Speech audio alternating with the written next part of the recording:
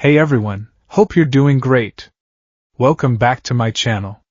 In today's video, we'll dive into what if Naruto grew up as the son of the Raikage. Smash that subscribe button, and be sure to peek at the description below.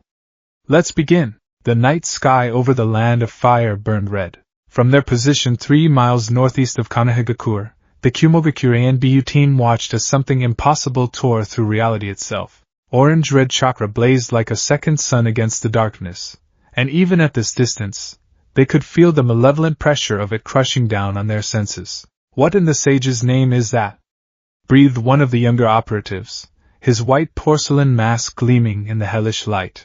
Darui, team leader and already renowned despite his youth, felt his hand unconsciously drift to the sword strapped across his back. His dark skin seemed to absorb the distant firelight as he narrowed his eyes, calculating. Something that was supposed to be impossible, he said quietly. Intel said the Nine Tails was sealed, locked away forever after the first Hokage's wife contained it. Well, it's not sealed anymore, muttered C, the team's sensor specialist, his hand pressed to his temple as he concentrated. Even without his sensory jutsu active, the sheer magnitude of the chakra was giving him a splitting headache. That's a tailed beast. Has to be. Nothing else produces that kind of signature. The forest around them groaned and swayed despite the absence of wind. Small animals fled in panic, streaming past their position in a tide of fur and fear. In the distance, they could hear it now, the roar of something ancient and wrathful, a sound that resonated in the chest and made primitive hindbrain instincts scream to run, to hide, to survive. Darui had been on many missions in his 19 years, had killed his first man at 12, had mastered storm release by 15, and earned his place in ANBU at 17. The Sandaime Raikage himself had selected him for this reconnaissance mission, trusting him to observe Konoha's border security without being detected. It was supposed to be routine. Boring, even. This was not boring. New orders, Darui said, his lazy drawl sharpening into command. We're pulling back to the secondary observation point. Whatever's happening in Konoha, we're not getting involved. Our mission is to observe and report. But began another team member. But nothing. We're in fire country illegally. If we're caught here during whatever the hell that is, it's an international incident.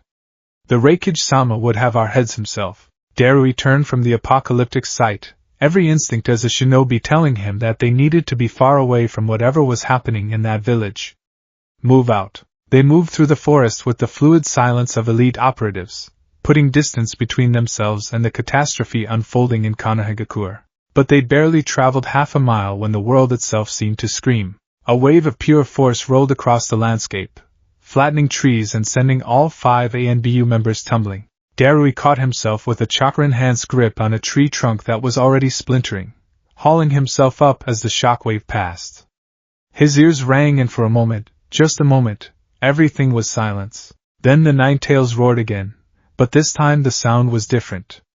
Pained. Furious. What was that? C gasped, pulling himself up from where he'd been thrown into a bush. That felt like reality broke. A ceiling, Darui said, and despite his usual calm, there was awe in his voice. Someone just sealed the Nine Tails. In the middle of an active rampage. That's insane, finished another operative. That's insane. Who could possibly? The fourth Hokage. All of them turned to look at C, whose hands were still pressed to his temples, his sensory abilities strained to their limit. I felt his signature. Minato Namikaze. It was like lightning and wind and... He paused, swallowing hard. And then it was gone. Just snuffed out. The implications hung heavy in the air between them. Minato Namikaze, the Yellow Flash, the man who had single-handedly turned the tide of the Third Shinobi World War, the youngest Hokage in history, dead. It had to be. No one survived sealing a tailed beast. We need to report this immediately, one of the team members said. If Konoha's Hokage is dead and their village is in chaos, we observe first, Darui interrupted, but his mind was racing. The political ramifications were staggering. Konoha would be vulnerable, leaderless, their Jinchuriki gone. The balance of power between the 5 great nations could shift overnight. C, can you sense the situation in the village? C grimaced, clearly reluctant to extend his senses toward that maelstrom of residual chakra and destruction, but he complied. His face went pale, then green. It's bad? I'm reading hundreds of casualties. The village is half destroyed. The Hokage's signature is definitely gone. There's panic, confusion. The ANBU are trying to organize, but he stopped suddenly, head cocking to the side. Wait, there's something. Something what? South of the village. Near where the sealing happened. There's a signature, 2 of them. No, 3. One massive, one fading fast, and one. C's eyes widened behind his mask. One infant. There's a baby out there. Darui felt a chill run down his spine that had nothing to do with the October night air. An infant, at the side of the ceiling. The 9 tails had been sealed. Minato Namikaze was dead or dying, and there was a child. He knew what that meant. What it had to mean. The new Jinchuriki, he breathed. The team exchanged glances, each of them understanding the magnitude of what they'd stumbled upon. Every village knew the strategic value of a Jinchuriki. Kumogakure had 2, Killer Bee, host to the 8 tails, and before him, others. The power of a tailed beast could turn the tide of war, could make a village nearly invincible if properly harnessed. And Konoha's Jinchuriki was an infant, lying somewhere in the ruins south of the village while Konoha itself burned and bled. We should go, said one of the operatives, and there was something hungry in his voice. If we could retrieve the child, that would be an act of war, Darui said sharply. Kidnapping a village's Jinchuriki? We'd be signing Kumo's death warrant. Only if they knew it was us, the operative pressed. In this chaos? We could grab the child and be gone before anyone even knew. They'd assume the baby died in the attack. Kumo would gain the 9 tails and no one would be the wiser. Darui wanted to refuse outright. Wanted to stick to the mission, observe and report, let the Raikage decide. But his mind was already calculating possibilities. If the child died here, that knowledge died with it. If they left it, Konoha would have the 9 tails, would rebuild, would remain a military power. But if they took it, damn it, he muttered. See, give me exact positions. Everyone else, prepare for rapid extraction. We're going to look. Just look. Assess the situation. If recovery is possible without compromising our identity, we'll consider it. It was a rationalization and they all knew it, but no one argued. They were shinobi of Kumogakure, and if there was an opportunity to strengthen their village, they were honor-bound to pursue it. They moved like ghosts through the devastated forest, passing trees that had been reduced to splinters, craters that still smoked with residual chakra, the bodies of Konoha shinobi who had given their lives trying to protect their village. Darui felt a pang of guilt. These were enemy shinobi, yes, but they died as warriors. They deserved better than to be robbed in death. But war was rarely about what people deserved. He guided them unerringly toward the chakra signatures he'd sensed, and as they drew closer, the devastation grew worse. They found themselves in what had once been a forest clearing but was now a barren circle of scorched earth nearly 100 meters across. In the center lay 2 figures. One was a woman with long red hair, her body broken and still, a pool of blood spreading beneath her. Her face, even in death, held an expression of fierce love and determination. Darui didn't need to be told who she was. Kushina Uzumaki, wife of the 4th Hokage, former Jinchuriki of the 9 tails. The other stories about her flickered through his mind, tales of the red-hot habanero, of Uzumaki's sealing techniques, of her strength. All that strength ended. The second figure was the 4th Hokage himself, Minato Namikaze, slumped against the stone altar that thrummed with sealing formulae. His iconic white and red coat was stained with blood, his face pale as snow, but his eyes were open, barely, and his gaze was fixed on the small bundle cradled in his arms. A baby, wrapped in blankets, crying weakly. He's still alive, she whispered, shocked. The Hokage. He's still alive. Darui could see it was barely true. Minato Namikaze was held together by nothing but willpower, and the last dregs of his chakra. He had minutes at most, but those blue eyes, dimming as they were, tracked to the ANBU team with unerring accuracy. Kumo, Minato said, his voice barely a whisper. Blood flecked his lips. I can sense the lightning in your chakra. They froze. To be identified, here and now, by the dying Hokage himself was a nightmare scenario. Darui's hand went to his sword, calculating, but no. They couldn't kill the fourth Hokage. Even dying, even caught where they shouldn't be, that would guarantee war. We're not here to fight, Darui said carefully, removing his mask. If they were already identified, the mask was meaningless, and he wanted the Hokage to see his sincerity. We were observing when the Ninetales attacked. We came to see if we could help. It was a lie, or at least a partial truth, but Minato's fading eyes seemed to see through it.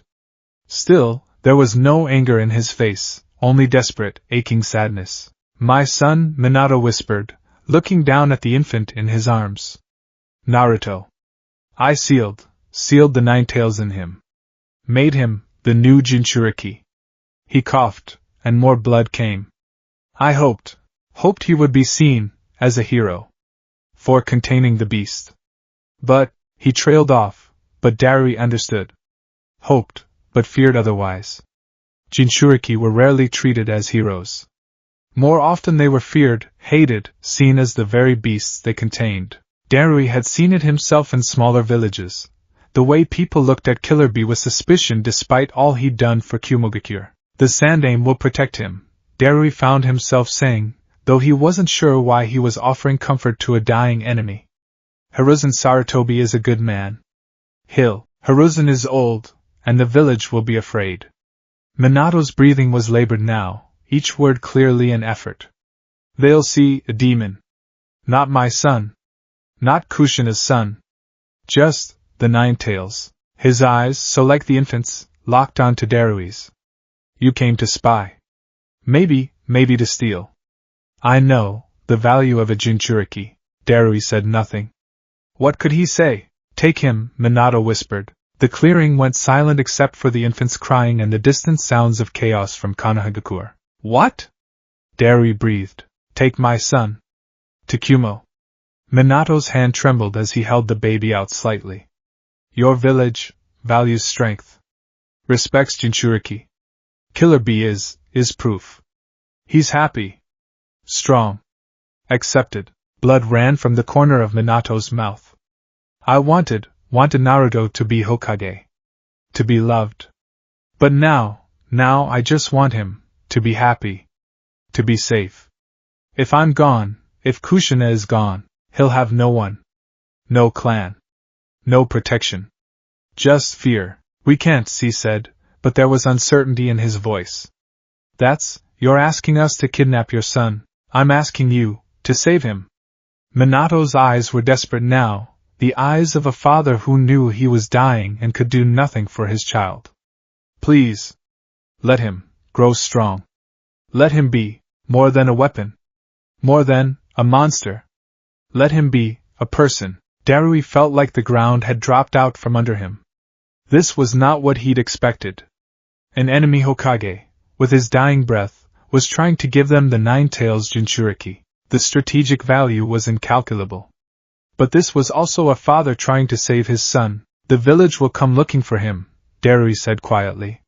For the Ninetales. Tell them I sealed it into myself. That I took it with me. In the chaos, they'll believe it. They'll assume the child died. With his mother. Minato coughed again, weaker now. Please, you have children in Kumo, yes? You understand? I need to know he'll live. That he'll be more than I could give him now. Darui looked at his team, saw the same conflict in their eyes. This was a gift and a curse wrapped together. The Ninetales Jinchuriki, handed to them freely, but also the burden of a dying man's final wish. If we do this, Darui said slowly, we can't do it halfway. He'd be raised as Kumo. Taught to be Kumo. He'd never know Konoha, never know who you were. Could you accept that? Pain flashed across Minato's face, deeper than any physical wound. For a moment, Darui thought he'd refuse, would clutch his son close and take back the offer. But then the fourth Hokage looked down at the crying infant, and his expression softened into pure love. I just want him to smile, Minato whispered. I want him to be happy. To have people who love him. If that means he never knows me, then so be it. I'd rather he live happy without me than suffer with my memory. He held the baby out with trembling arms, and after a moment's hesitation, Darui took the infant. The child was small, so impossibly small, with 3 distinctive whisker marks on each cheek and eyes that were trying to focus despite his tears. As Darui held him, he felt it, the massive, malevolent chakra sealed within. The 9 tails, compressed and bound, lurking in the depths of this innocent child. His name, Minato said, barely audible now. Naruto. Uzumaki. After the hero in Jiraiya's book. Named him, for a hero.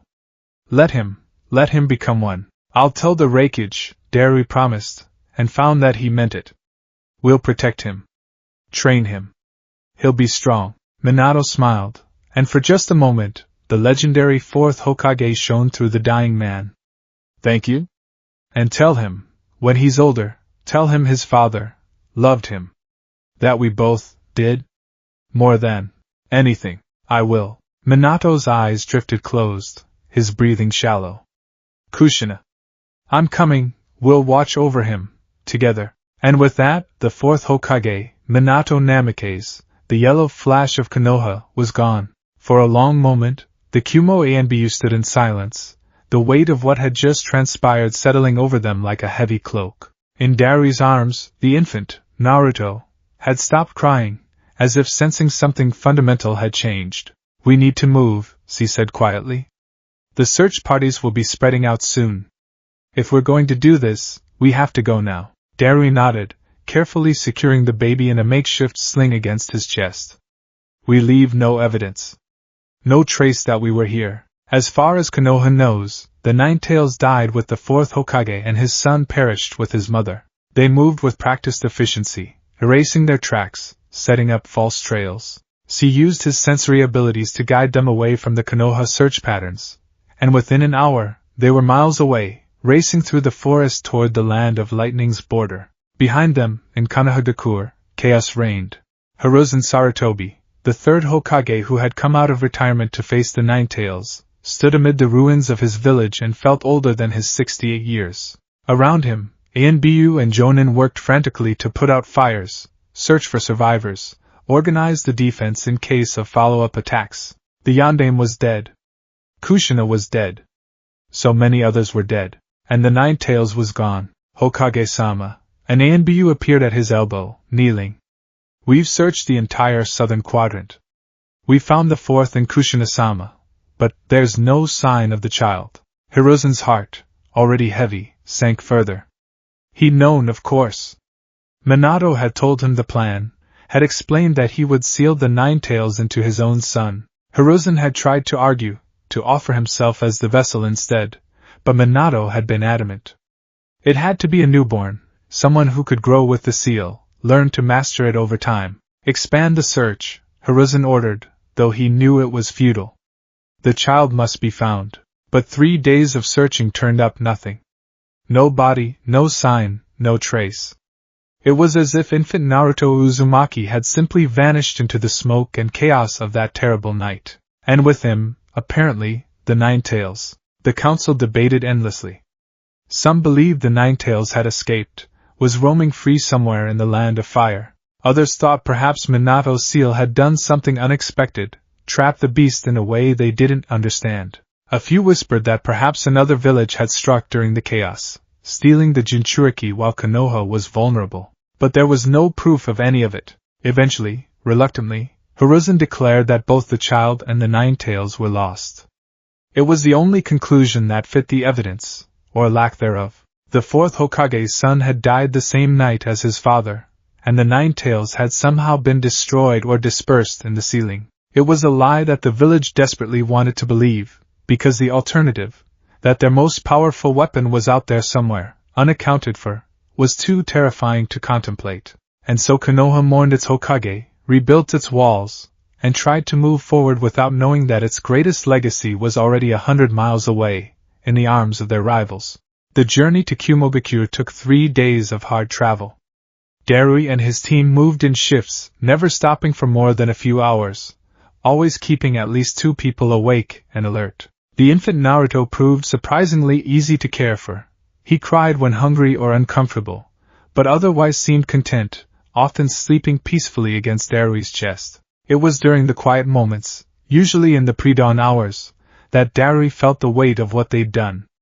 They'd taken a child from his homeland, from any chance of knowing his real parents or heritage. Yes, it had been with his father's blessing, but was that enough?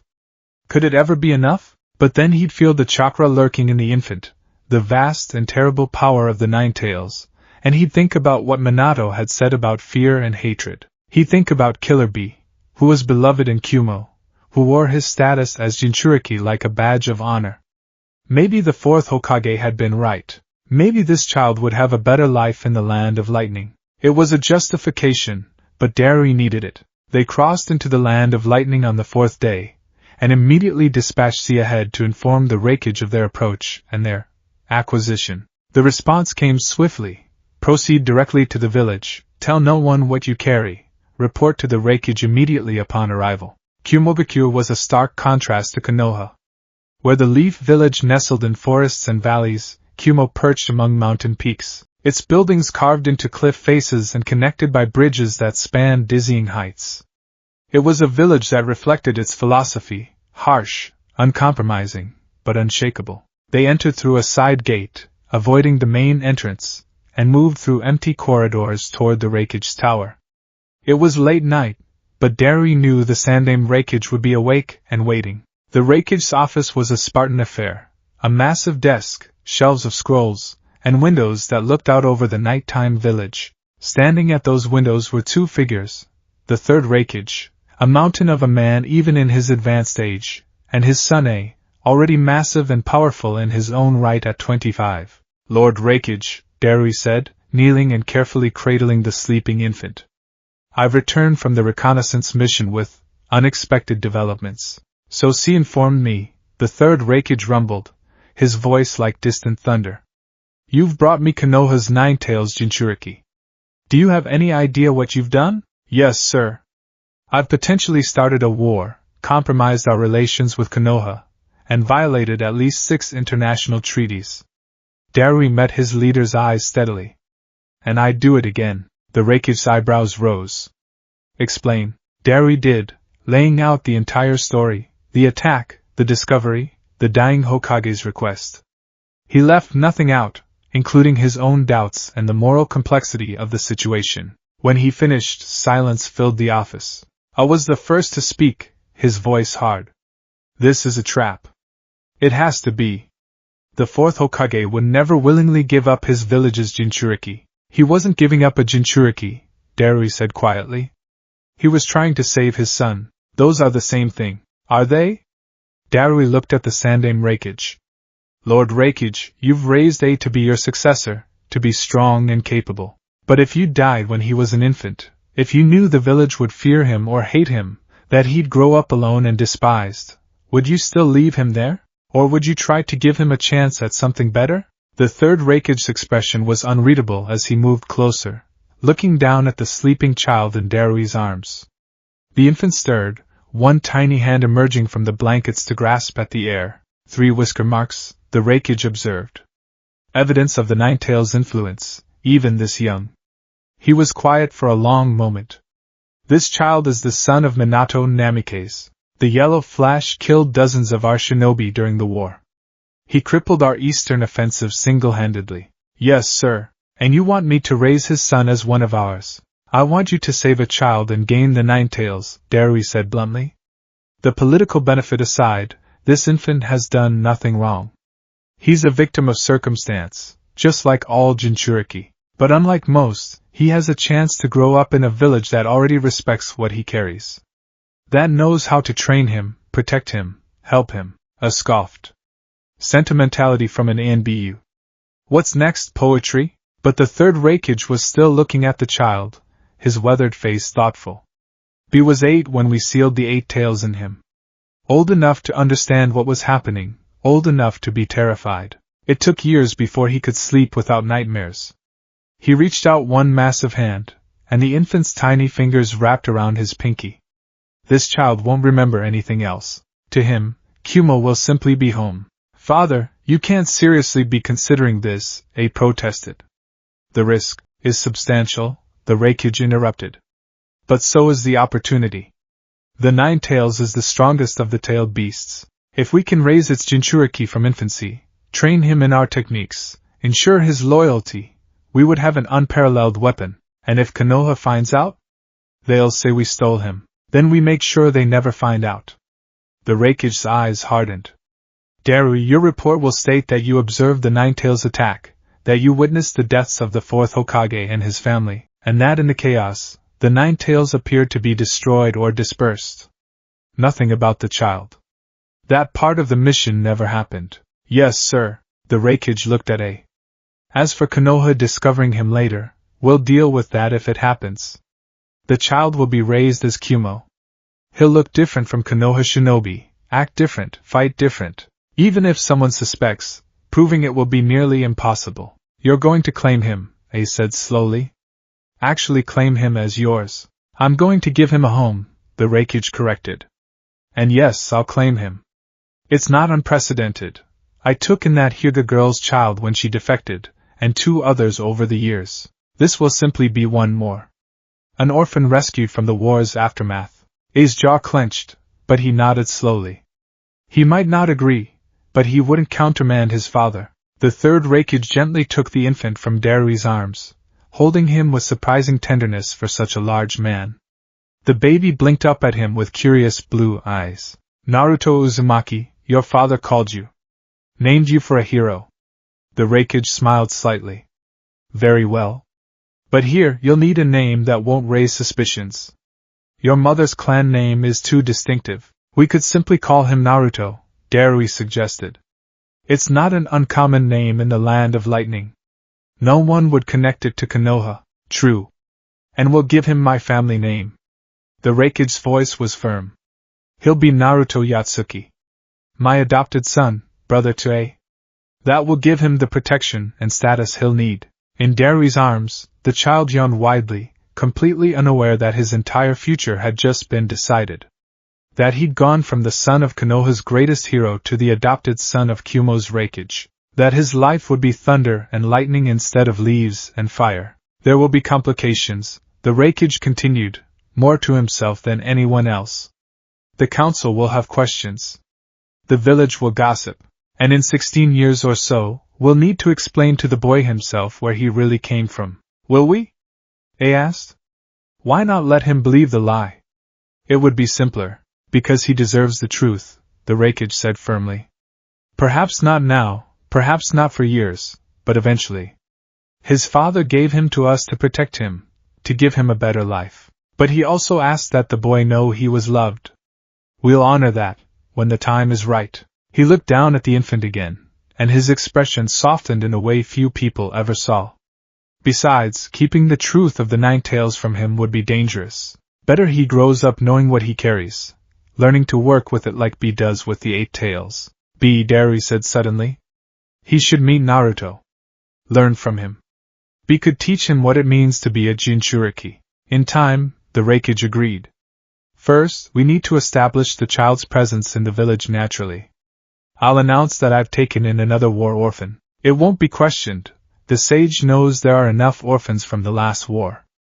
Then, gradually, we'll introduce him to his new life. He handed the baby to A, who took him awkwardly, clearly uncomfortable with the small bundle. You're going to be his brother. You should get used to holding him. A look down at the infant with an expression somewhere between consternation and resignation. He's so small. I could break him without trying. Then try not to, the Raikage said dryly. I'm going to draft the official report and the adoption papers. A, take young Naruto to the nursery we prepared for refugees. Darui, you and your team are to speak of this to no one. What happened on that mission is classified at the highest level. Understood? Yes, sir, Darui said, though he felt a strange pang watching it carry the infant away. They just changed the course of history, for better or worse. After they left, the third Raikage stood alone in his office, looking out at his village. Tomorrow, he would announce a new addition to his household. Tomorrow, he would begin the complex process of raising the Nine Tails Jinchuriki as a son of Kumogakure. But tonight, he allowed himself a moment of doubt. Had they done the right thing? Minato Namikaze had asked them to save his son, but was taking the child from his homeland truly saving him? Or had they simply stolen a powerful weapon and dressed it up as mercy? He thought of B, his nephew, the Eight-Tails Jinchuriki, who smiled and laughed and composed terrible rap music. B had suffered, yes, but he'd also thrived. He was loved in the village, respected, celebrated. He'd turned the burden of being a Jinchuriki into a source of pride. Maybe they could do the same for this child. Maybe Naruto Yatsuki could grow up strong and happy, could master the Nine Tails and become a hero in his own right. Maybe the fourth Hokage's dying wish would be fulfilled. Or maybe, years from now, they'd all pay the price for this night's decisions. Only time would tell. 1 week later, the announcement was made. The third Raikage had taken in another orphan, a blonde-haired infant with curious blue eyes and whisker-marked cheeks. The village barely noticed. Orphans were common in a shinobi world, and the Raikage's generosity was well known. In Konoha, Hiruzen Sarutobi officially declared the fourth Hokage's son lost, presumably dead in the Nine-Tails attack. A small memorial was erected, and the village mourned. And in a nursery high in Kumogakure's mountains, Naruto slept peacefully, wrapped in blankets the color of storm clouds, while outside his window, thunder rumbled in the distance. The son of the yellow flash had become the son of thunder. A new story had begun. 5 years later, the dawn broke over Kumogakure in shades of purple and gold, light creeping across mountain peaks that pierced the sky like the teeth of some ancient titan. In a courtyard carved from the living rock of the Raikage's personal compound, a small blonde boy stood in a fighting stance, his breath misting in the cold mountain air. Naruto Yatsuki was 5 years old, and his arms already ached. Again, commanded A, his adoptive older brother and heir to the Raikage's position. The massive man stood with arms crossed, his expression carved from the same stone as the mountains around them. Your stance is too wide. You're sacrificing mobility for stability. That's a mistake. But father said, Naruto began, his voice high and breathless. I don't care what father said in a different context. Right now, I'm teaching you the basics of the lightning strike form. Your stance is too wide. Correct it. Naruto bit his lip, a habit he developed when frustrated, and adjusted his feet, bringing them closer together. His legs trembled from holding the position for the past 20 minutes, but he didn't dare complain. Not to A. His brother didn't accept excuses. Better, A said, though his tone suggested it was barely adequate. Now 100 punches. Each one needs to be perfect. If I see your form slip even once, we start over. Naruto's heart sank. They'd already started over twice this morning, and the sun had barely cleared the eastern peaks.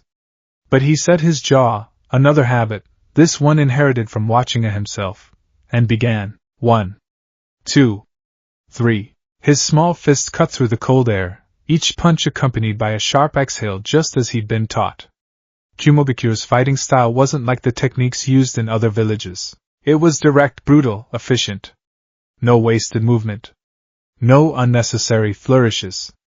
Just pure, devastating force delivered with lightning speed. 15. 16. 17. Your left is dropping, A observed.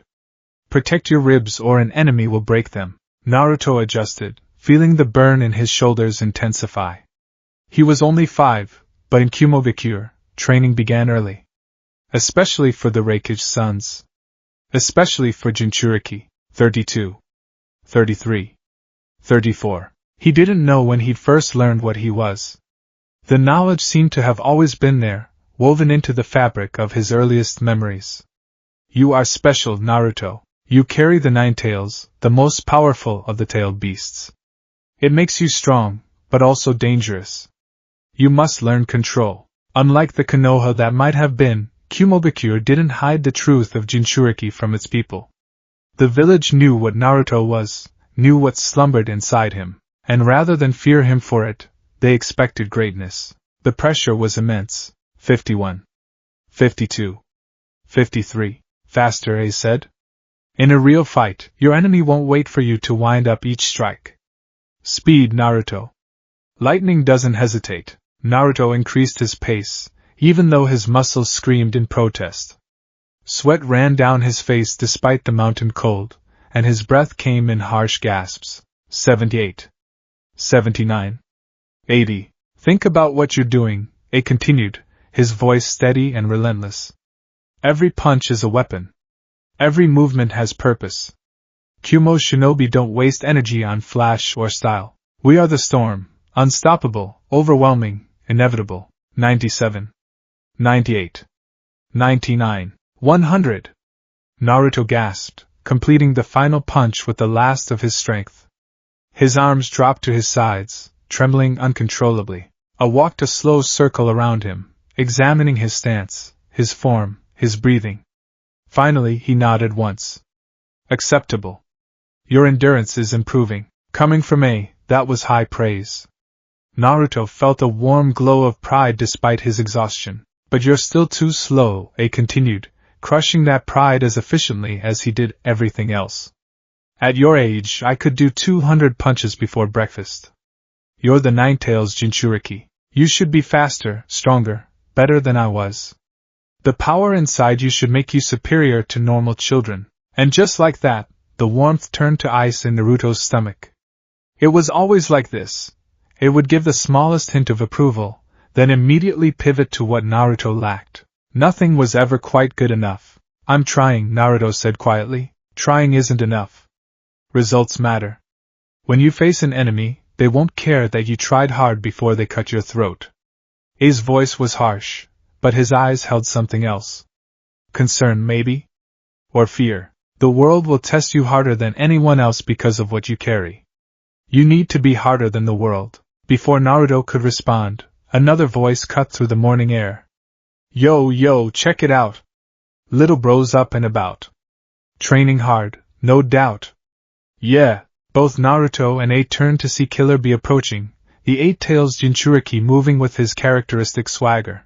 Where A was all harsh angles and controlled power, B was fluid motion and barely contained energy.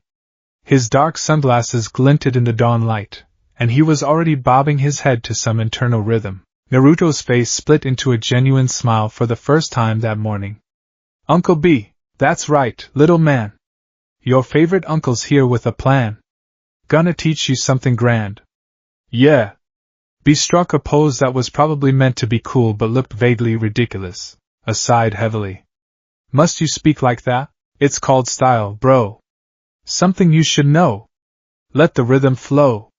Yo, it's called annoying. You say annoying, I say artistic. The fact you don't get it makes me feel so autistic. B paused. Wait, that's not the right word. Ballistic? No, that's not it either. Linguistic? Nah. Despite his exhaustion, Naruto giggled. Uncle B always made him laugh, even when the training had been brutal. Especially then. I shook his head, but there was the faintest hint of amusement in his eyes. Fine. He's due for breakfast anyway. Don't let him slack off. Slack? Little bro? Never that. He's gonna be where the real power's at. Future Raikage, you better bet. The strongest Jinchuriki yet. B grinned, showing his teeth. Come on, Naruto. Let's get you fed. Then Uncle B's got some special training for your head. As they walked away, his massive form disappearing into the compound's main building, B knelt down to Naruto's level. Up close, without the performative energy, Naruto could see the genuine warmth in his uncle's expression. You doing okay, little man? Riding you pretty hard? Naruto nodded, trying to look tough.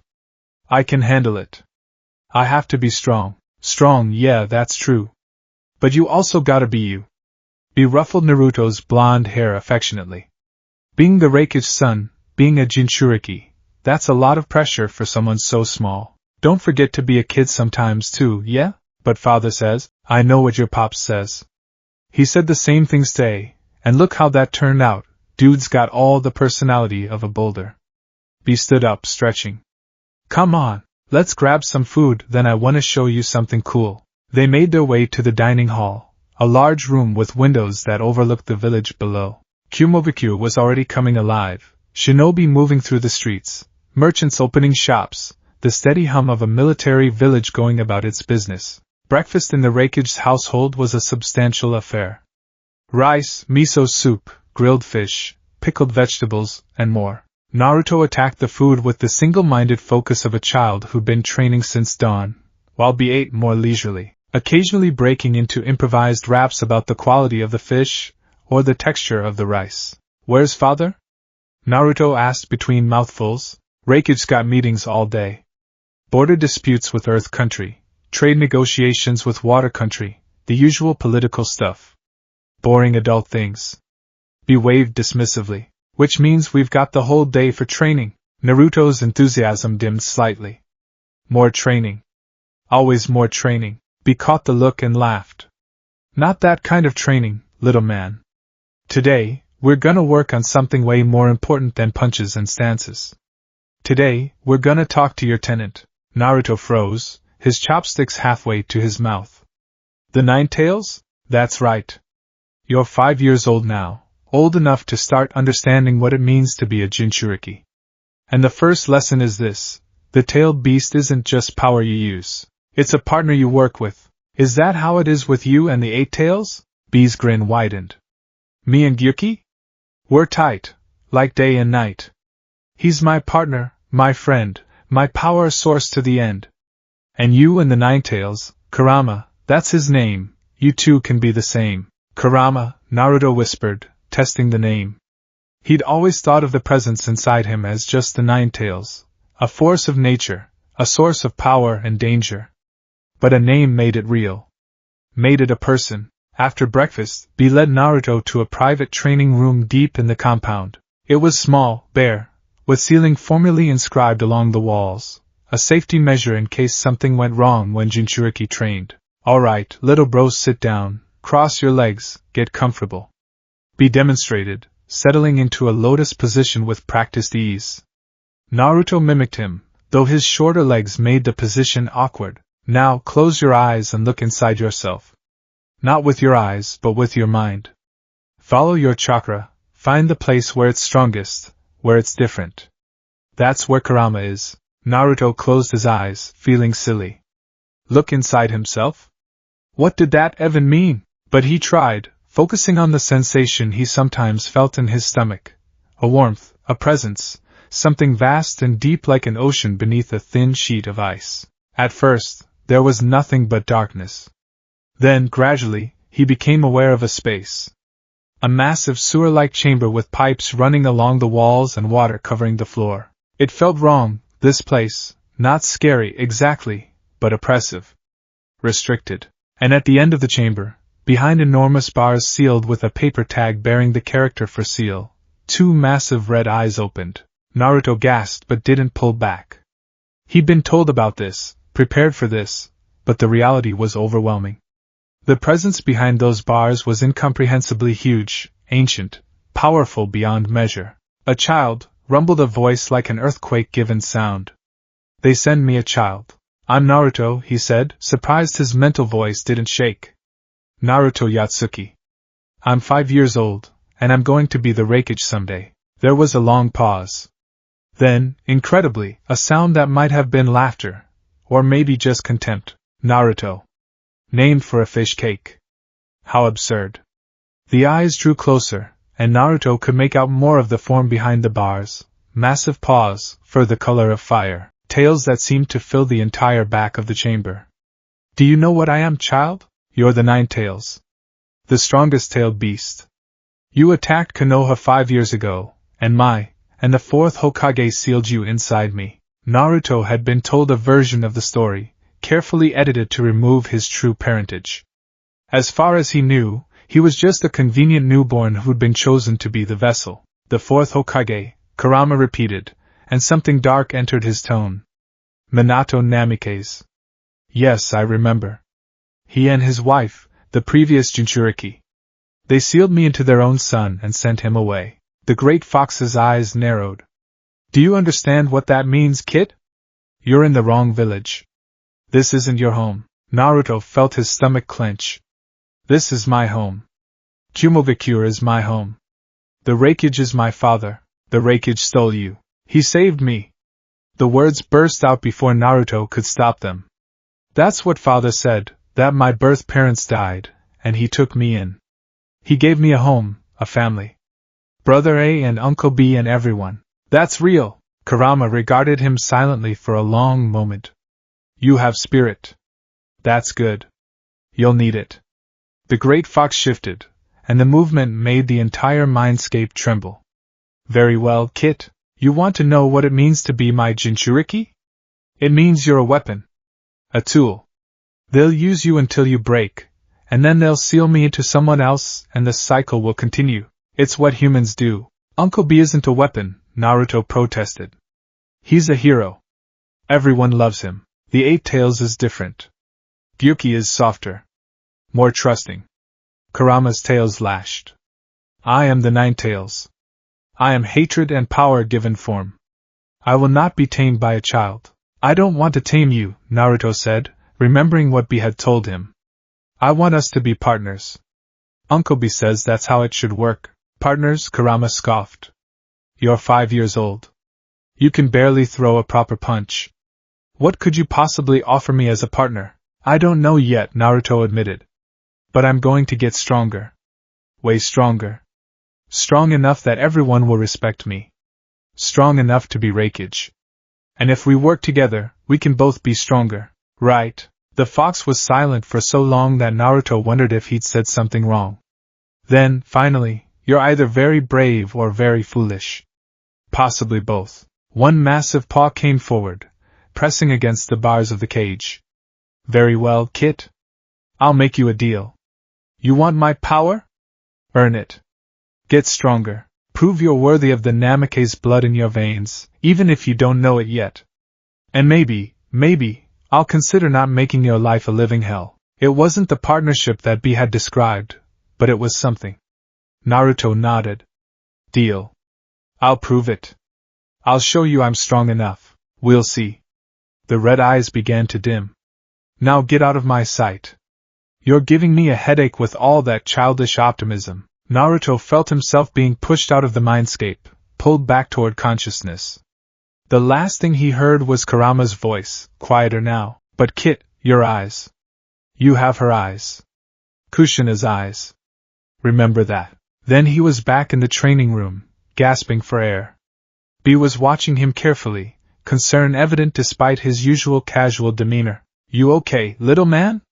You were under for almost 20 minutes. That's a long time for a first meeting. I met him, Naruto said, his voice filled with awe and a little fear. I met Kurama. He's really big. And scary. But also, I don't know. Sad, maybe? B nodded slowly. Tailed beasts have been used as weapons for a long time. They got reasons to be angry. But you know what? The fact that you could sense something besides anger? That's good. That's real good. He stood up, offering Naruto a hand. You did great for your first time. Most people can't even get near their tailed beast without freaking out. He said I have to earn his power. That I have to prove I'm strong enough. Then I guess we better get you strong enough, yeah? B's grin was infectious. Come on. Let's go work on some chakra control exercises. Nothing too crazy, you've had enough intensity for one day. They spent the afternoon on gentler training. B taught Naruto how to feel his chakra, how to push it into his hands and feet, the basics that would eventually allow him to walk on walls and water. It was frustrating work. Chakra control required a delicate touch that Naruto's 5-year-old impatience struggled with, but B made it fun with silly rhymes and encouraging words. By the time the sun began setting, painting the mountains in shades of orange and red, Naruto was exhausted but happy. B walked him back to the main compound, still rapping about chakra flow and spiritual energy. They found the third Raikage in his private study, reviewing documents by lamplight. He looked up as they entered, his weathered face softening slightly at the sight of Naruto. Uncle B says I did good today, Naruto announced proudly. I met Kurama. The Raikage's eyebrows rose. He looked at B, who nodded confirmation. First contact at 5 years old. That's earlier than we planned. Little man was ready, B said with a shrug. And Kurama didn't eat him, so I call it a win. Did the Ninetales speak to you? The Raikage asked Naruto, setting aside his papers to give the boy his full attention. Yeah. He said I have to prove I'm strong enough to be his partner. He said I'm just a kid now, but I can get stronger. Naruto puffed out his chest. And I will. I'll train really hard and become so strong that even Kurama will respect me. The Raikage studied him for a long moment, then gestured for Naruto to come closer.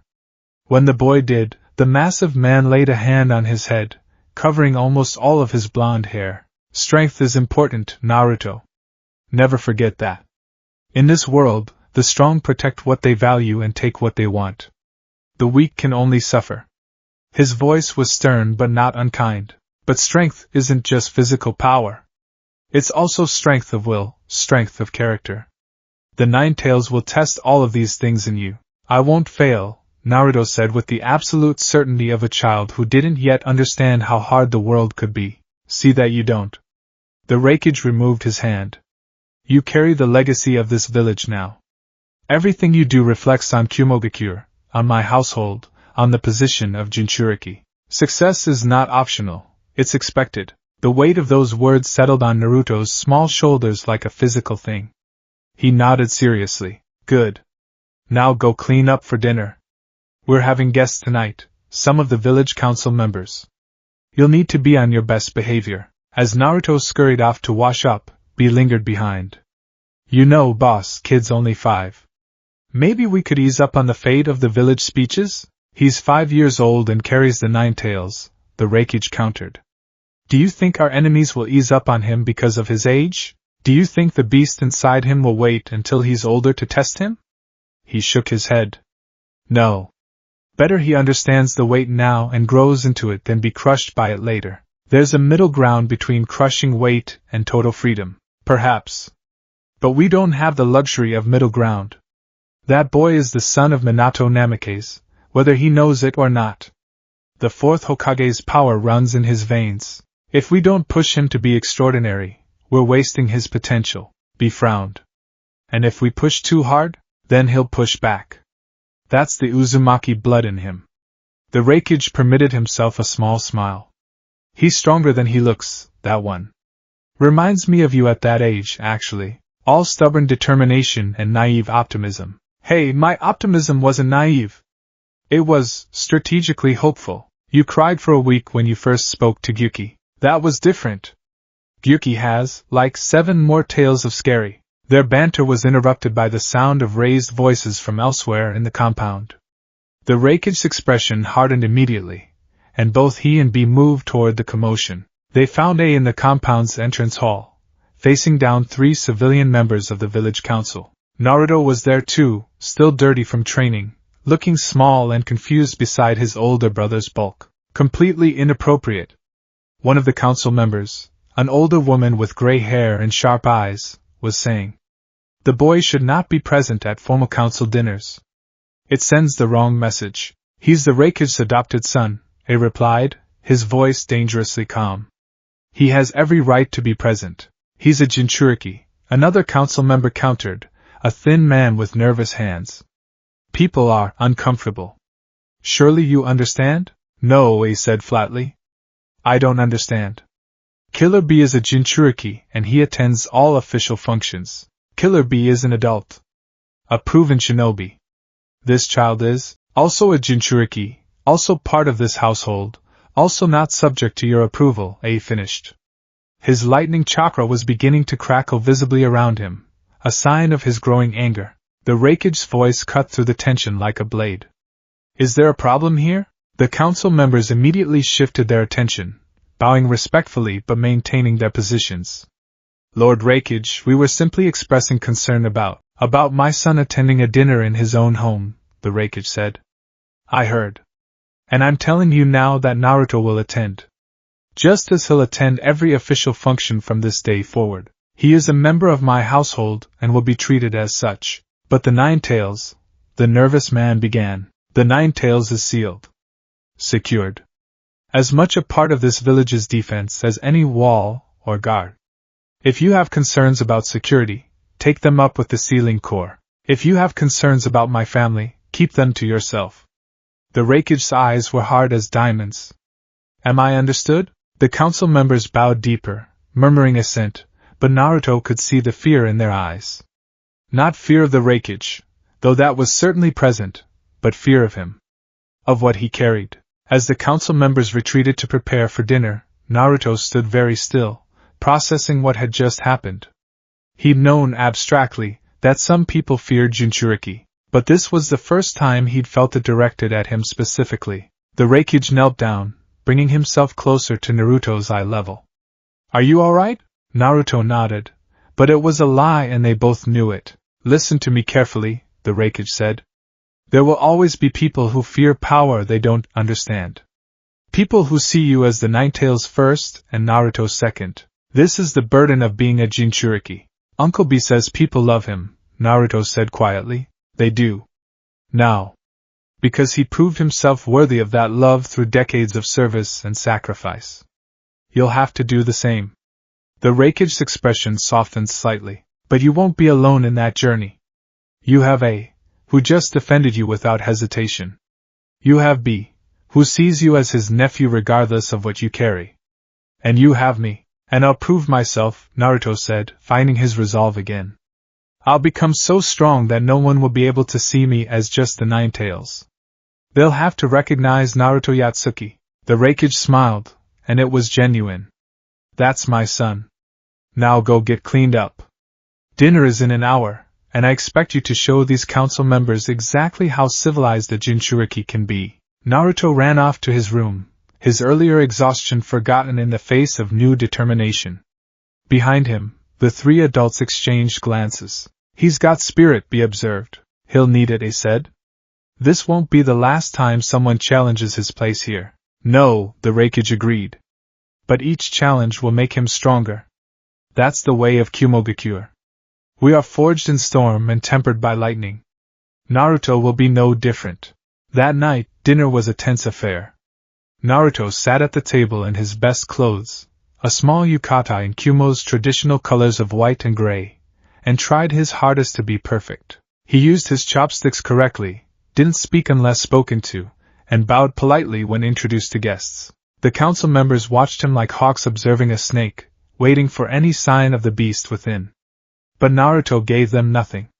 He was the very picture of a well-mannered child, quiet and respectful. Only B, sitting across from him, could see the tension in his small frame, the way his hands shook slightly when he reached for his cup. The effort of maintaining that perfect facade was exhausting for a 5-year-old. When dinner finally ended and the guests departed, Naruto practically collapsed in his chair. A ruffled his hair roughly, his version of affection. "You did well. They were hoping you'd embarrass yourself. You didn't." "I hated it," Naruto admitted. "Everyone was staring at me like I was going to explode." "Let them stare," A said. "Every time you prove them wrong, you win. Every time you maintain control, you show them their fears are baseless. Eventually, they'll have no choice but to accept you." How long did it take for them to accept Uncle B? A and the Raikage exchanged glances. "Longer than it should have," the Raikage said honestly. "But times are changing. We're working to build a village that respects its Jinchuriki, that sees them as the powerful assets they are. You and B are the future of that vision." Naruto nodded, but he was fading fast. The long day of training, the meeting with Kurama, the stressful dinner, it was all catching up to him. "Bed," the Raikage ordered, but his tone was gentle. "You've earned your rest today." B walked Naruto to his room, a comfortable space on the compound's upper floor with a window that looked out over the village. As Naruto changed into his sleeping clothes, B sat on the edge of the bed. "Rough day, huh, little man?" "Yeah." Naruto climbed under the covers, suddenly looking very young and very tired. "Uncle B, do you ever wish you weren't a Jinchuriki?" B was quiet for a moment, considering the question seriously. "Sometimes," he admitted. "When people look at me and see Gyuki first. When I can't go certain places or do certain things because of security concerns. When I remember all the hard times when I was learning control." He smiled. "But then I think about all the cool things I can do. The power I have to protect people I care about. The fact that I've got a partner who's been with me for decades, who knows me better than almost anyone, and I think, nah, I wouldn't change it." "Really? Really? Being a Jinchuriki is hard. But it's also special. We're rare, little bro, powerful. Important. And in Kumo, we're appreciated for that." B poked Naruto's forehead gently. You're gonna do great things, Naruto. I can feel it. You and Kurama are gonna be the strongest team the world's ever seen. Stronger than you and Gyuki? Way stronger. So strong that I'll write songs about you.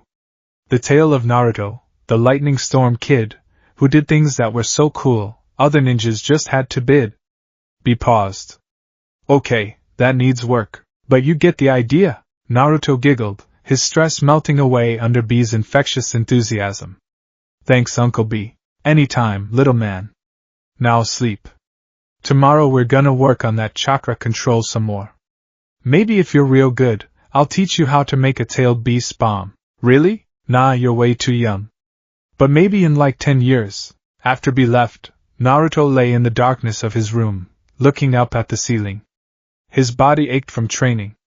His mind spun with everything he'd learned about Kurama and being a Jinchuriki. His heart still hurt from the way those council members had looked at him. But underneath all of that, there was something else. Determination. Resolve. He would prove himself. Not just to the council members or the village, but to everyone. He would become strong enough that no one could dismiss him. Strong enough that the Raikage would be proud to call him son. Strong enough that even Kurama would have to respect him. He would become the greatest shinobi Kumogakure had ever seen. And someday he would be Raikage. With that thought warming him like a fire in his chest, Naruto drifted off to sleep. 3 months later. Move faster! A barked, watching as Naruto ran laps around the training ground with weights strapped to his ankles and wrists. You're slow. A slug could outrun you. Naruto gritted his teeth and pushed harder, his legs burning with effort. The weights were heavy, probably too heavy for a 5-year-old, but he refused to complain. Every day he trained. Every day he got a little bit stronger. When he finally completed the required laps, he collapsed on the ground, gasping for air. I walked over and looked down at him dispassionately. Pathetic. At this rate, you'll never amount to anything. The words stung, but Naruto had learned that this was just how he taught. His brother believed in pushing past limits, in using harsh words to forge strong spirits. It was the Kumogakure way. Again, they said. Naruto wanted to cry. Wanted to protest. But instead, he dragged himself to his feet and got back in position. Again, he agreed, and started running. By the end of the session, he'd run until he literally couldn't stand. I had to carry him back to the compound, the massive man's arms easily cradling his small form. You did well today, he said quietly, when they were out of earshot of the other training shinobi. Better than well. You didn't quit. Really? Naruto's eyes were already half closed with exhaustion. Really? Rest now. Tomorrow we start teaching you basic lightning release. I'm only 5, Naruto mumbled. Isn't that too young? You're the Nine-Tails Jinchuriki and the Raikage's son. Normal rules don't apply to you. His voice was firm but not unkind. You have to be better than everyone else. That means starting earlier, training harder, and never, ever giving up. I won't give up, Naruto promised, and then sleep claimed him. I carried him to his room and laid him in bed, pulling the covers up carefully. For a moment, he stood there, looking down at the small blonde child who'd somehow become his brother. You're going to be strong, Ace said quietly.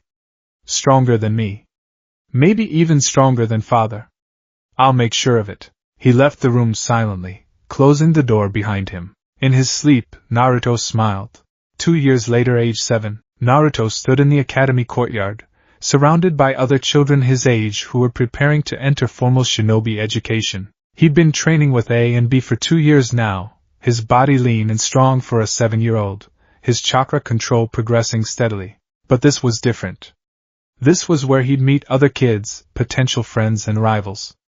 This was where he'd start proving himself to the village. Nervous? Asked a girl next to him. She had dark skin and intense eyes, her hair pulled back in a practical ponytail. You're the Raikage's kid, right? Naruto Yatsuki? Yeah, Naruto said, trying to sound confident. I'm Naruto. Who are you? Samly's little sister, Sayuri. She looked him up and down critically. I heard you're a Jinchuriki. Is that true? Here it was. The question he'd been dreading. But Naruto had learned from B how to handle it, with confidence and pride. That's right. I'm the Ninetales Jinchuriki. Got a problem with that? Sayuri grinned. Nope. Just means I'll have to work extra hard to beat you in sparring. I'm gonna be the best in our class, Jinchuriki or not. Naruto felt his own grin spreading. We'll see about that. A rivalry was born in that moment, but also the beginning of something else: friendship, camaraderie, the bonds that would define Naruto's time in the academy. As the instructor called them all to attention, Naruto stood tall, ready for whatever came next. He was Naruto Yatsuki, son of the Raikage, Jinchuriki of the Ninetales, and he was going to become the strongest shinobi in Kumogakure, no matter what it took. Age 12 graduation day, the academy arena was packed with spectators, the stone seats carved into the mountainside filled with parents, clan representatives, and off-duty shinobi all eager to see the newest generation of Kumogakure warriors. The afternoon sun beat down on the circular training ground below, where 12-year-old Naruto Yatsuki stood across from his final opponent, a stocky boy named Kento who specialized in earth-style jutsu. They'd been fighting for 3 minutes, and Kento was already breathing hard. Naruto, by contrast, looked barely winded. 7 years of brutal training under A had given him endurance that most genin wouldn't achieve until their late teens. His blonde hair was longer now, pulled back in a short ponytail to keep it out of his eyes. The 3 whisker marks on each cheek had become more pronounced as he'd grown, giving him a feral appearance that was only enhanced by his fighting style. Final exam, match 12, announced the proctor, a scarred jonin named Atsui. Victory condition: force your opponent out of the ring, render them unconscious, or make them yield. Begin. Kento didn't waste time, his hands already flying through seals. Earth release, stone fist technique. His arms became encased in rock, making them larger and heavier. Naruto smiled. It was a good technique, increased attack power and defense. But it also made you slower. He didn't use hand seals. Instead, lightning chakra crackled to life around his body, visible as dancing arcs of blue-white energy. It was a crude version of the lightning release chakra mode that A and the Raikage used, something he'd been developing for the past 2 years. Not nearly as refined or powerful as theirs, but enough. Kento charged, swinging his stone-clad fist in a devastating haymaker. Naruto swayed aside, the punch missing by inches, and retaliated with a palm strike to Kento's solar plexus. Lightning chakra discharged on impact, making Kento's muscles spasm. The Earth-style user stumbled back, gasping, but gamely tried again. Earth release, Earth shore return. He slammed his hands on the ground, raising a defensive wall between them. Smart. Create distance, reset the fight. Naruto could have gone around the wall, could have blasted through it with a lightning jutsu. Instead, he demonstrated why his taijutsu scores were the highest in academy history. He jumped, chakra-enhanced legs carrying him straight up and over the wall. At the apex of his leap, he twisted, gathering lightning chakra into his right fist. The energy compressed, intensified, turning from blue-white to almost violet in its concentration. Lightning strike. He came down like a thunderbolt, his electrified fist slamming into the ground where Kento stood. The Earth-style user tried to dodge, but the resulting shockwave of lightning-infused chakra caught him anyway, sending him tumbling out of the ring. The fight was over. For a moment, there was silence. Then the crowd erupted in cheers and applause. In the VIP section, the 4th Raikage, A had taken the title 2 years ago, when his father retired, stood with arms crossed, his expression neutral but his eyes showing a glimmer of satisfaction. Beside him, Killer B was far less restrained, pumping his fist in the air. Yeah! That's my nephew, yo! Lightning style, stealing the show. Victory in a single blow. Naruto helped Kento to his feet, offering a hand and a respectful bow. Good fight. That earth wall technique was smart. Kento grimaced, rubbing his ribs where the lightning had hit. Not smart enough. You're on another level, Naruto-san. He paused, then grinned. But I'll catch up. Next time we fight, it'll be different. I look forward to it, Naruto said, and meant it. As they left the arena, Atsui called out the final results. With 12 victories and 0 defeats, the top graduate of this year's academy class is Naruto Yatsuki. More applause, more cheers. Naruto allowed himself a moment of pride. 7 years of grueling training, of waking before dawn and training until he could barely stand, of pushing past every limit. It had all led to this. But even as he accepted the congratulations of his classmates and instructors, he could feel the weight of expectation settling on his shoulders like a familiar cloak. Top of the class was good, it was expected. But it wasn't enough. It was never enough. Team assignments 3 days later. The newly minted genin gathered in the academy's main hall, nervous energy crackling through the room like static electricity. Team assignments were everything. The right sensei could make or break a shinobi's career. And in Kumogakure, where strength was paramount, teams were carefully constructed to maximize combat effectiveness. Naruto sat near the back, arms crossed, trying to look calm despite the anticipation coiling in his gut. Around him, his former classmates speculated in hushed whispers about who would be paired with whom. The Raikage-san will definitely get a special jonin, someone murmured. I heard he might train directly under Killer B. No way. B's too important for genin training. Besides, Naruto needs someone who can actually teach fundamentals, not just rap about them. Naruto suppressed a smile at that last comment. Uncle B's teaching style was unique. The door opened and Atsui entered, followed by several jonin who would be taking on genin teams. Naruto recognized most of them by reputation. Kumogakure's jonin were elite, even by shinobi standards. But it was the woman who entered last that caught everyone's attention. Samui was legendary among Kumo shinobi, despite being only 23. Tall, blonde, and devastatingly skilled, she was a jonin who specialized in kenjutsu and lightning release. She'd made chunin at 12 and jonin at 16, and was being groomed for ANBU command. More importantly, she had a reputation for being impossibly strict and demanding with subordinates. She also almost never took genin teams. Team 7, Atsui announced, reading from a scroll. Naruto, Yatsuki, Oma, and Karui. Your jonin instructor will be Samui. Naruto felt every eye in the room turn toward him. Of course he'd get assigned to one of Kumo's best. Of course his team would be high profile. He was the Raikage son and the Nine-Tails Jinchuriki. Normal was never an option. 2 other genin stood up at the announcement. Karui was a girl with red hair and fierce eyes, her attitude practically radiating from her posture. Naruto knew her by reputation, passionate, hot-tempered, and skilled with the blade.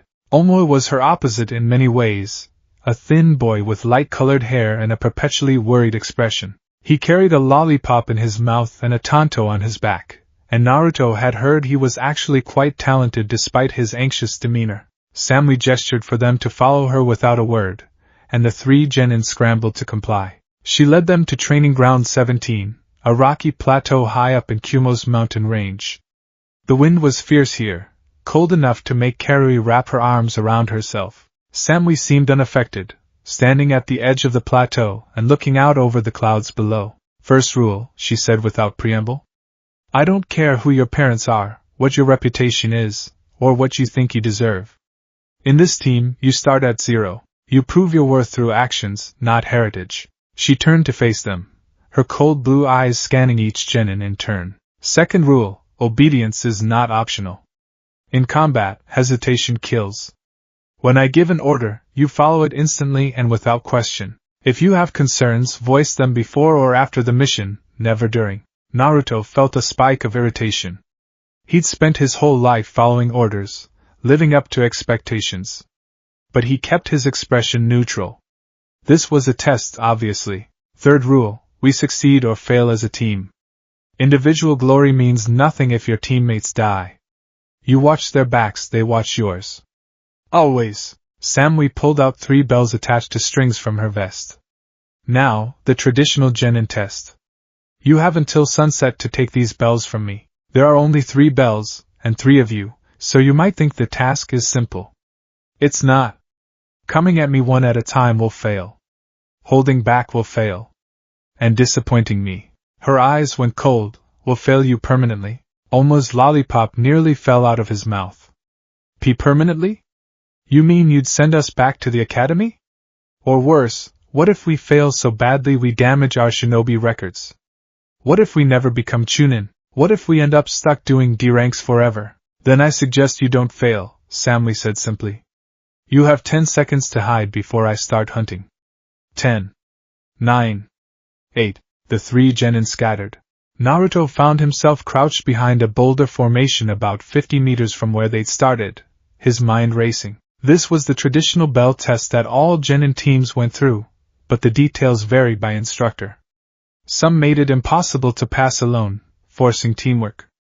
Others made it a test of individual skill. Samui hadn't specified which this was, but her third rule suggested teamwork was key. The question was whether Karui and Omo would figure that out. He reached out with his chakra sensing, a skill Uncle B had been drilling into him for years. The ability to sense chakra signatures was invaluable for a Jinchuriki, helping distinguish between your own power and that of your tailed beast. But it also made you one hell of a tracker. He found Karui first, her chakra burning hot and aggressive about 30 meters to his left. She was moving, circling around towards Samui's position. Omo was harder to pin down. His chakra was muted, controlled, probably intentionally suppressed. Smart. And Samui. Naruto's eyes widened. Samui's chakra signature was moving fast, already closing in on Karui's position. He had maybe 30 seconds before their team lost a member. Decision time. Try to work together with people he barely knew, or go for the bells alone and prove his individual skill. The Raikage's words echoed in his mind. Individual strength matters, but so does the strength to lead, to coordinate, to make others stronger. Teamwork it was. Naruto formed the hand seal for the technique Uncle B had taught him. Not a jutsu, exactly, but a way of pulsing his chakra in a pattern that other sensors could detect. A form of silent communication. He pulsed 3 times, the signal for regroup, and hoped at least one of his teammates would understand. Karui burst from cover 10 seconds later, breathing hard, a cut on her cheek showing that Samui had already engaged her. What? You got a plan, or are you just giving away our positions? Plan, Naruto said quickly. She's a jonin. We can't beat her individually. We have to coordinate. Duh. But coordinate how? She's way faster than us. Karui wiped blood from her cheek, grimacing. Omo appeared from behind another rock, his expression even more worried than before. This is bad. This is really bad. What if we can't work together? What if we mess up the coordination and all fail? What if, Oma, Naruto interrupted. You're a sensor too, right? I felt you suppressing your chakra earlier. Yeah, but I'm not very good enough. Here's the plan. Oma tracks her movements and feeds us information. Karui and I attack from different angles, force her to divide her attention. We don't need to beat her. Just get close enough to grab the bells. That's never going to work, Karui protested. She'll just. A shuriken slammed into the rock next to Karui's head. 45 minutes gone, Samui's voice called from somewhere in the boulder field. 2 hours and 15 minutes remaining. I'm disappointed. I expected the Raikage's son to do better than hide behind rocks. Naruto felt his jaw clench. She was baiting him, trying to make him charge in recklessly. Prove his worth through individual strength rather than tactical thinking. He wasn't going to take the bait. Karui, you're the fastest close combat fighter here, right? Damn straight. Then you're our primary attacker. Get her attention, keep her moving. Oma, you and I support from range with ninjutsu. We rotate. When Karui needs to disengage, one of us moves in close while the other provides cover fire. Keep her off balance. It was a simple plan, maybe too simple. But simple plans were harder to disrupt. What if she just takes us out one by one anyway? Oma worried. Then we fail. But at least we fail trying something. Naruto met both their eyes. I'm not going back to the academy. Are you? Karui grinned, fierce and determined. Hell no. Let's do this. Oma sighed but nodded. Okay.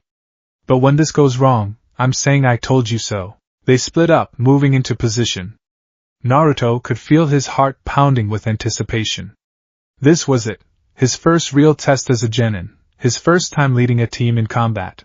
Don't screw it up. He formed the hand seals for lightning release, electromagnetic murder, a C-rank technique he'd mastered last year. Lightning chakra crackled between his palms as he waited for Karui's signal. A shout, Karui engaging Samui head-on, her blade clashing against their sensei's tanto. The sound of metal on metal rang across the plateau. Naruto released his jutsu, sending a wave of lightning towards Samui's position. At the same time, Omoy attacked from the opposite angle with a wind release technique, creating a crossfire. Samui moved like water, flowing between the attacks without apparent effort. She parried Karui's strike, dodged the lightning, and substituted out of the wind technique's path all in one smooth motion. But she had to move. Had to react? That was progress. Again. Naruto called, already forming seals for his next attack. What followed was 3 minutes of intense, coordinated assault. Karui would charge in, forcing Samui into close combat. Naruto and Omo would attack from range, making it impossible for their sensei to counterattack effectively. Every time Samui tried to isolate one of them, the other two would pressure her enough to make her disengage. It wasn't enough to win. Samui was still clearly holding back, still far above their level. But they were working together, actually functioning as a team, until Omo made a mistake.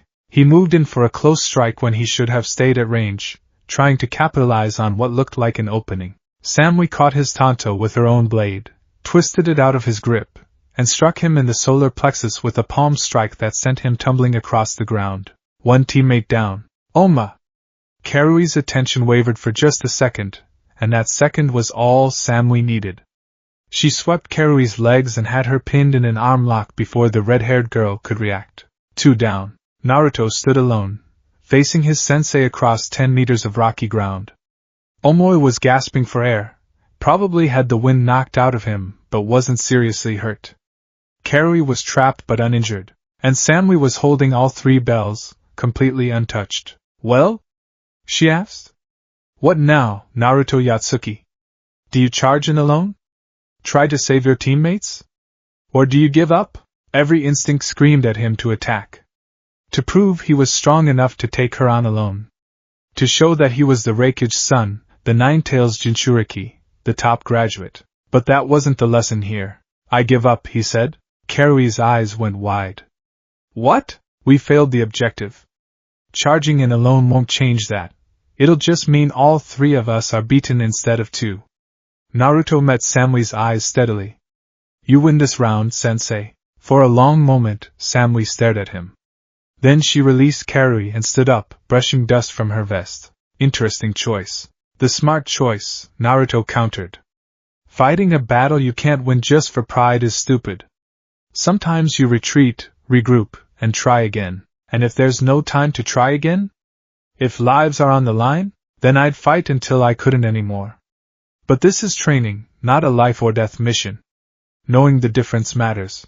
Samui's lips curved in what might have been the ghost of a smile. Correct. She tossed the bell to each of them. You pass. Wait, what?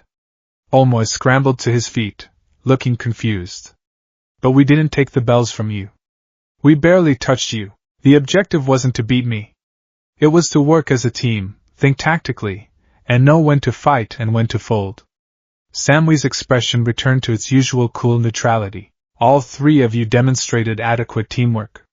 Naruto showed leadership and tactical thinking. Karui displayed appropriate aggression tempered by cooperation.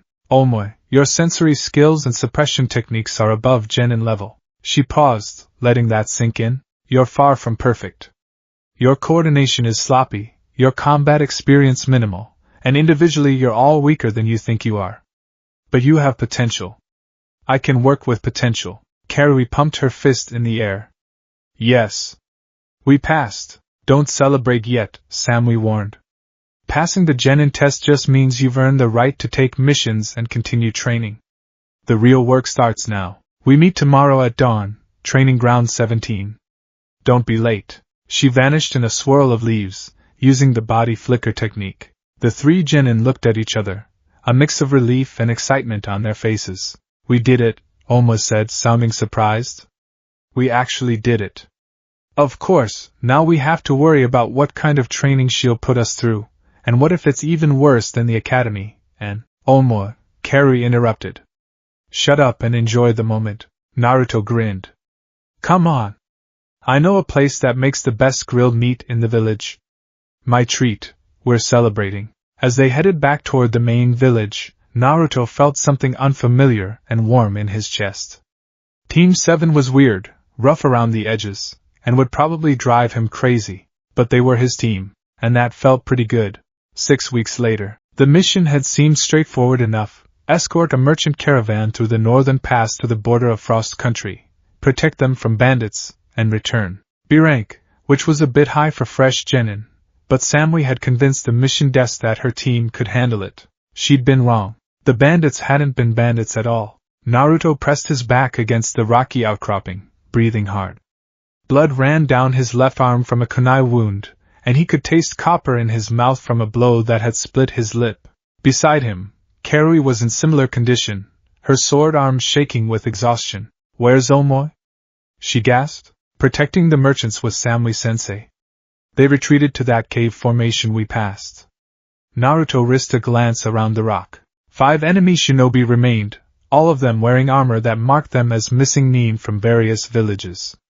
"We need to buy them time to get the civilians to safety." "Buy time? Naruto, we're genin.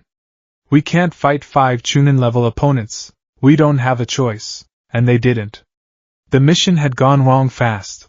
What they thought were common bandits turned out to be an organized group of missing nin using bandit attacks as cover for smuggling operations. Samui had engaged their leader, a Jonin-level opponent, leaving Naruto, Karui, and Omoi to handle the rest. It had been going okay until 3 more enemies appeared, cutting them off from their sensei. Naruto's chakra reserves were running low. He'd already used multiple lightning jutsu, and his body ached from the taijutsu exchanges.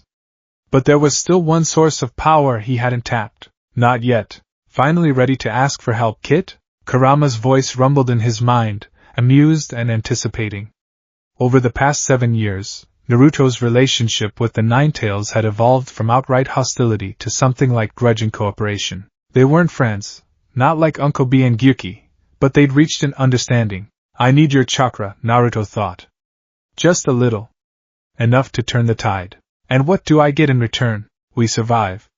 "You survive? That seems like a pretty good deal." The Ninetales' laughter echoed through his mindscape.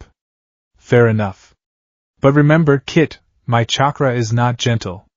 Don't lose yourself in it." Naruto felt the seal on his stomach warm, and then the Ninetales' chakra began flooding into his system.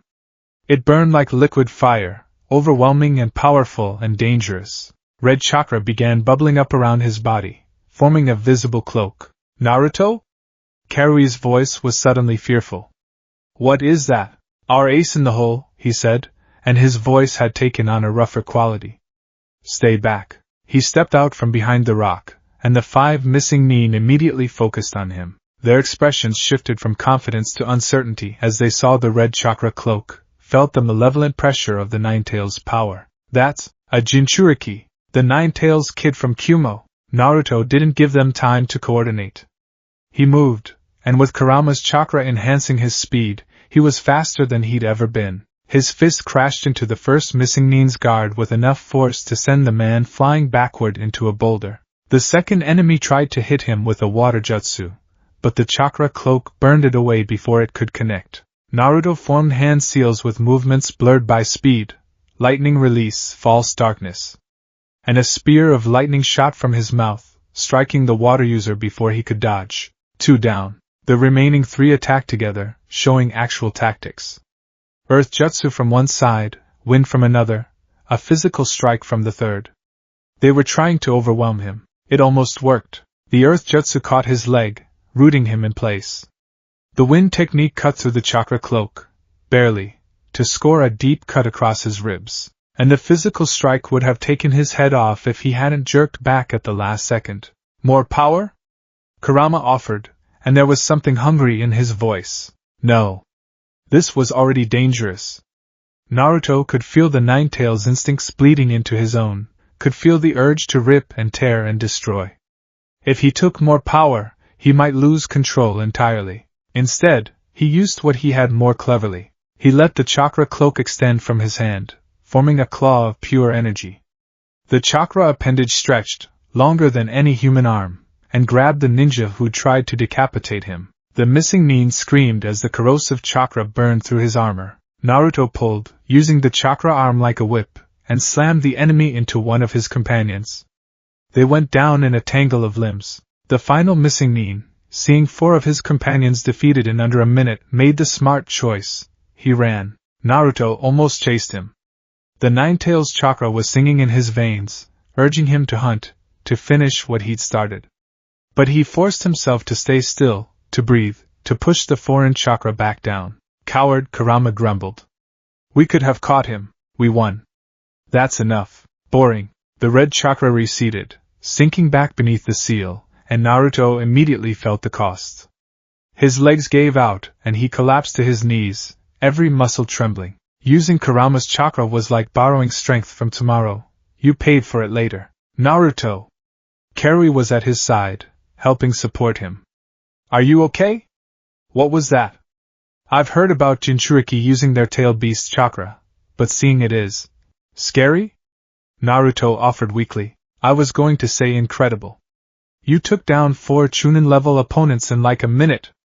She paused. But also a little scary. Your eyes went red and you had this aura, like anger and hatred made visible. That's Kurama's chakra. The Nine-Tails. Naruto accepted her help standing, wincing at the pain in his ribs. It's powerful but dangerous. Uncle B's been teaching me to control it, but I'm still learning. Can you walk? We should get back to Samui-sensei. They made their way back to the cave formation, moving slowly due to Naruto's exhaustion and their injuries. They found Samui standing over an unconscious enemy shinobi, the Jonin leader, while Onma kept watch over the terrified merchants. Samui's eyes narrowed as she saw Naruto's condition, taking in the residual traces of red chakra and the pattern of his injuries. You used the Nine-Tails power. It wasn't a question. I had to. We were outnumbered. And did you maintain control? Yes, sensei. She studied him for a long moment, then nodded. Good. Using a tailed beast chakra is a tool like any other, valuable but dangerous. The fact that you had the discipline to use only what you needed and then stop shows maturity. She looked at all 3 of them. You all did well. The mission parameters changed drastically, but you adapted. Now let's get these merchants to safety and report back to the village. The journey back to Kumogakure took 2 more days. The merchants were grateful enough to offer bonuses, and the captured missing nin provided valuable intelligence about smuggling operations in the region. But what mattered more to Naruto was the look on the Raikage's face when they gave their mission report. Pride. Stood in the mission room, arms crossed, listening as Samui detailed how her genin team had handled a situation that escalated far beyond the original parameters. When she mentioned Naruto's use of the Nine-Tails chakra, his expression shifted to something intense. Dismissed, he said when the report concluded. Naruto, stay behind. After the others left, Ace circled around Naruto slowly, examining him the way a smith might examine a newly forged blade. How much of the Nine-Tails chakra did you use? Maybe 5%? Maybe less. I didn't go past the one-tail cloak. And you maintained control the entire time? Yes, sir. Good. I placed a massive hand on Naruto's shoulder. You're 12 years old and you're already tapping into your tailed beast's power in combat. Do you understand how significant that is? Uncle B could do it younger. B is B. I'm talking about you. His grip tightened slightly. Most Jinchuriki can't safely use their tailed beast's power until their late teens, sometimes not until adulthood. The fact that you're doing it now means your training is ahead of schedule. Naruto felt that familiar warmth of approval, but it came with the usual pressure. I need to get stronger still. Faster. Better control. You will. But for now, acknowledge that you did well. A's expression softened slightly. Your father, I mean the old man, he asked about your mission.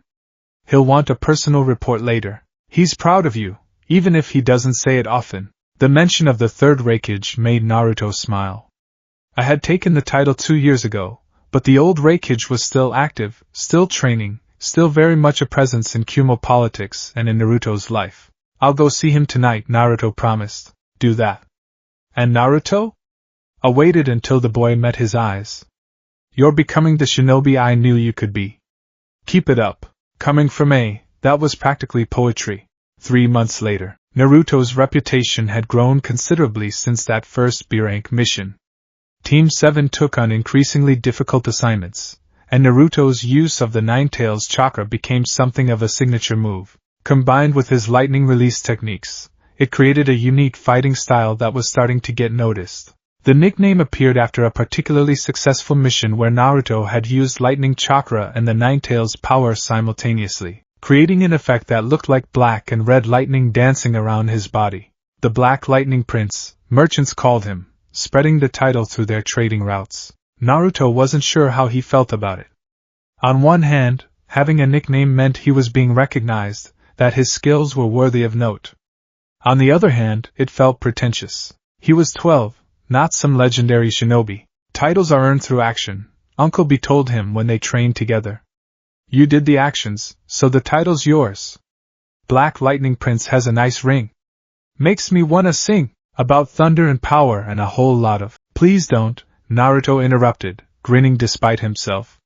Your rap about my last mission was embarrassing enough. They were in B's private training area, a rocky outcropping high above the village where the Eight Tails Jinchuriki practiced his more destructive techniques. Today's lesson was about deepening Naruto's connection with Kurama. Alright, little bro, serious time. B's expression went uncharacteristically solemn. You've been using Kurama's chakra in combat, which is good. But you're still treating it like a tool, not a partner. That needs to change. I talk to him regularly, Naruto protested. We have conversations. He mostly insults me, but still, talking ain't the same as understanding. You need to see the world from his perspective, feel what he feels. That's how Gyuki and I got tight. I stopped thinking of him as the Eight Tails and started thinking of him as Gyuki, my friend. Naruto frowned. Kurama's not really the friendly type. Nah, but he wasn't always hateful either. Tailed beasts were created by the Sage of Six Paths to help humanity, not to be weapons. But centuries of being used, sealed, treated as monsters, that changes you. Be sat down cross-legged. Your job is to show Kurama that you're different. That you see him as more than power. It was advice Naruto had heard before, but it felt more urgent now. As his combat use of Kurama's chakra increased, so did the risk of losing control. If he wanted to get stronger, and he did desperately, he needed a better relationship with the Nine Tails. That evening, he retreated to his room and entered his mindscape. The sewer-like chamber was unchanged, the massive cage still dominating the space. But Kurama's eyes opened immediately, as if he'd been waiting. Come for more power, Kit? Another mission where you can show off your Black Lightning Prince tricks? No. I came to talk. How touching. Kurama's sarcasm was thick enough to cut. What does the Raikage's precious son want to discuss? Politics? Training regimens? The weather? You, Naruto said simply. Uncle B says I need to understand you better. So, I'm listening. What do you want me to know? The Nine Tails was silent for a long moment, and Naruto could feel surprise radiating from the massive chakra presence. You're serious? Yeah. I know I use your power a lot. I know I ask for help and then push you away when the fight's over. That's not really fair, is it? Fair, Kurama laughed, but it was bitter. Nothing about being a Jinchuriki is fair, Kit. Not for you, not for me. We're both prisoners, you of your village's expectations, me of this seal. I'm not a prisoner, Naruto objected. Kumo is my home. The Raikage is my father. I'm exactly where I want to be. Are you? Or is that what you've been told to believe? The question hit harder than Naruto expected. What's that supposed to mean? It means that you're not asking the right questions, Kit. Like where you really came from. Who you really are. Kurama's eyes gleamed with something that might have been malice or might have been concern. You know you were born in Konoha, sealed as an infant, brought to Kumo. But do you know why? Do you know who your real parents were? Naruto's heart hammered in his chest. The Raikage told me my birth parents died in the Nine Tails attack. That he adopted me to give me a better life. Half-truths and comfortable lies. Kurama pressed closer to the bars. Your father was Minato Namikaze, the fourth Hokage. Your mother was Kushina Uzumaki, my previous Jinchuriki. They didn't just die, Kit. They sacrificed themselves to save their village and seal me inside you. And then Kumobikyu Shinobi stole you from your homeland. The words hit like physical blows. Naruto stumbled backward, his mind reeling. No. You're lying. Why would you lie? Why would I bother? The truth serves me better. You want to know why I'm angry all the time? Because I'm sealed inside the son of the man who sealed me, who then got stolen by a rival village. You want to know why I find this whole situation absurd? Because you're running around calling yourself Yatsuki when your real name is Uzumaki. Stop it! Naruto's hands clenched into fists. The Raikage wouldn't lie to me. Wouldn't lie to me. They're my family, are they? Or are you just a weapon they're raising? The Nine-Tails Jinchuriki, trained from birth to be loyal to Kumovakure. Kurama's voice dropped lower. I'm not saying they don't care about you, Kit, but I am saying you deserve the whole truth. And you won't get it unless you ask the hard questions. Naruto fled the mindscape, pulling back to reality with a gasp. His room felt too small suddenly, the walls pressing in. His heart was racing and his hands were shaking. It couldn't be true, could it? But why would Kurama lie? What did the Nine-Tails gain from deception? And now that the seed had been planted, Naruto couldn't stop thinking about it. Little inconsistencies he'd never questioned before suddenly seemed significant. The way the old Raikage had always seemed slightly sad when looking at him. The way he sometimes mentioned Naruto's heritage with a weighted tone. The way missions to anywhere near the Land of Fire were always assigned to other teams. He had to know. The confrontation. Naruto waited until late that night, when most of the compound was asleep. He found A in the Raikage's office, working through paperwork by lamplight. His older brother looked up as Naruto entered, surprise crossing his features. Naruto? It's past midnight. What? Who was my father? The words came out harder than Naruto intended. My real father. A's expression went completely neutral, which was somehow more telling than any reaction. We've discussed this. Your birth parents died in the Nine-Tails attack. I know the story. Naruto stepped closer. But I want the whole story. Not the sanitized version. The truth. Where is this coming from? Does it matter? I'm asking you, brother. Please. Who was I before I became Naruto Yatsuki? A set down his pen carefully, and Naruto could see him thinking, calculating. Finally he sighed. You were Naruto Uzumaki, son of Minato Namikaze, the fourth Hokage of Konohagakure, and Kushina Uzumaki, the previous Nine-Tails Jinchuriki. The confirmation should have felt like a punch to the gut. Instead, it was almost a relief. The truth, finally. And how did I end up here? During the chaos of the Nine-Tails attack, a Kumo ANBU team led by Darui found you. Your father was dying. He asked them to take you, to raise you somewhere you'd be valued as a Jinchuriki rather than feared as a demon. So they brought you to the old man, and he adopted you. You stole me, Naruto said flatly. We saved you, A countered, his voice hard. Minato Namikaze knew what Konoha would do to his son. He'd seen how they treated Jinchuriki, with suspicion, fear, isolation. He chose to give you to us rather than let you suffer that fate. So you've been lying to me my entire life. We've been protecting you. Stood, his full height imposing even though Naruto was 12 and had grown considerably. The plan was always to tell you when you were older, when you could understand the political complexities. But yes, we kept the full truth from you. Why? Naruto's voice cracked despite his attempt to stay calm. Why not just tell me from the beginning? Because you were a child. Because the knowledge that you were stolen from your homeland could have poisoned your loyalty to Kumo. Because, A stopped, then continued more quietly. Because we were afraid you'd hate us for taking you from Konoha. I don't even remember Konoha.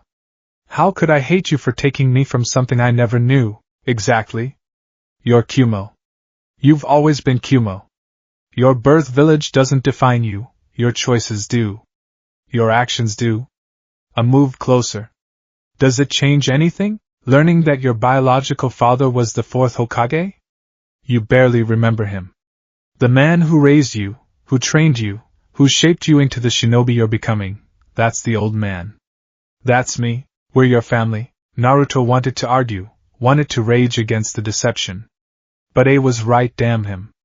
The Raikage had raised him. I had trained him. Uncle B had taught him. Kumo was his home in every way that mattered, but it still hurt. The lie still hurt. I need time, Naruto said finally. To think about this. To figure out how I feel. Take the time you need, A said. But understand this, Naruto, whatever name you were born with, whatever village your parents came from, you are my brother. That hasn't changed. That will never change. Naruto nodded slowly, then left the office without another word. He spent that night on the roof of the compound, looking out over Kumogakure. The village of clouds and lightning, of thunder and storm.